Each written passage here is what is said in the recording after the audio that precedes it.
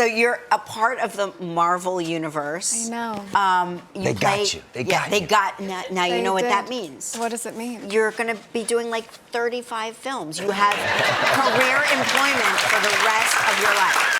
Oh, no. No. No. No, no, no, no, no, no, no, no, no, no, no, no. When you meet Cassie Webb, she's a normal person. She's a paramedic in New York City, so she's kind of like an everyday superhero anyway. She's kind of like an everyday superhero anyway. Why the fuck you lying? Why you always lying? Oh my God, stop you fucking lying. Well, she saves their life from that scary guy, and then she helps them to become the most powerful versions of themselves. Liar! After watching the atrocity that is Madam Web for 2 hours, having to sit through that movie for 2 hours was traumatic, you guy. But after watching that movie, I couldn't help but ask myself, isn't this movie from Sony? I know the lead actor, Dakota Johnson, said that it's not from the Spider-Verse universe or the Venomverse or whatever, but they're both of these films, they are both from Sony. I went online and I checked and I saw that both of them production companies, Columbia Pictures, Marvel Entertainment, distributed by Sony, and the other one, Columbia Pictures, Marvel Entertainment, Sony Pictures Animation, distributed by Sony. But how come one works so well and the other one is an utter piece of trash? So in this video, I'm going to be giving you 3 key things why something like Across the Spider-Verse works so well, while something like Madam Web fails so poorly. And these 3 things are also present in something like Spider-Man No Way Home. The first key element that I believe that makes Across the Spider-Verse work but Madam Web fails completely is personality and style. Personality and style. What do I mean by this? You remember that part of the trailer, in the Madam Web trailer, there is this line that people kept bringing up where Cassie Webb says, he was in the Amazon with my mom when my mom was researching spiders, something. Let me put it here. So who is he? Ezekiel Sims. He was in the Amazon with my mom when she was researching spiders right before she died.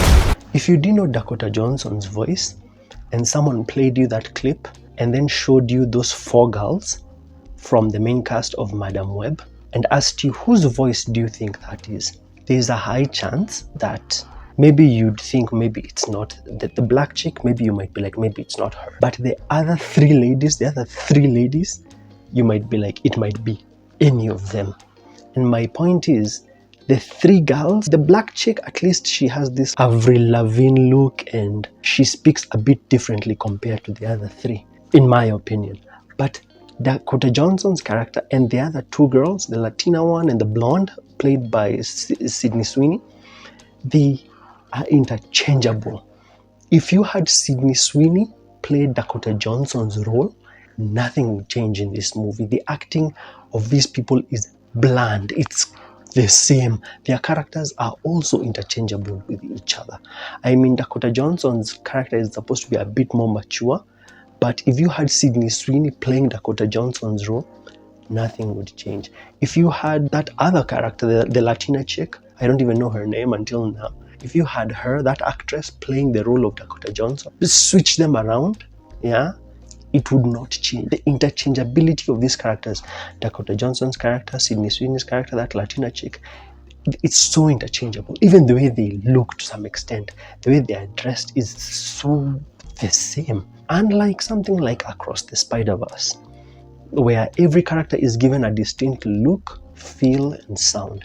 From even the way Miles Morales is introduced in Across the Spider-Verse with this hip-hop vibe, and then you have Gwen, the way her world is depicted with these watercolors, and even the way she talks is different. She's a rockhead and she's a drummer.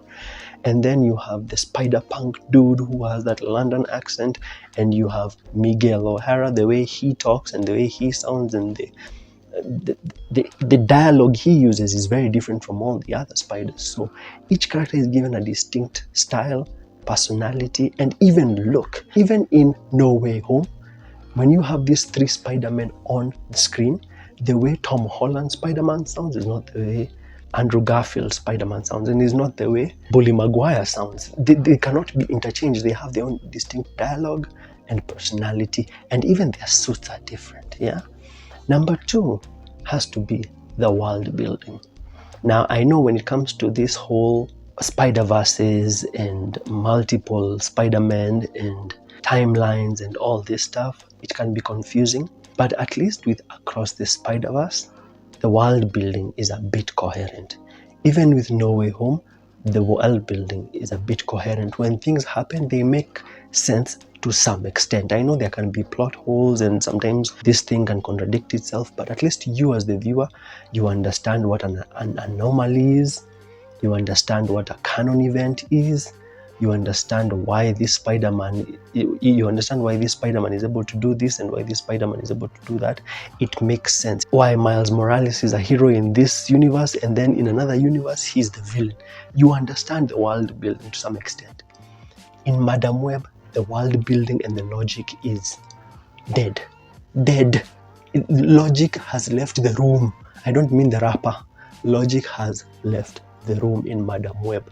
When Madam Web opens, you have Madam Web's mom in the forest, in, I don't know, the Amazon or whatever, and she's looking for a spider that is, when it bites you, it's supposed to it's able to give you enhanced, I don't know, muscles or something. There's so much exposition in this movie, so much information is offloaded on you at one go. It sounds so incoherent, but apparently the spider is supposed to be able to cure you of diseases.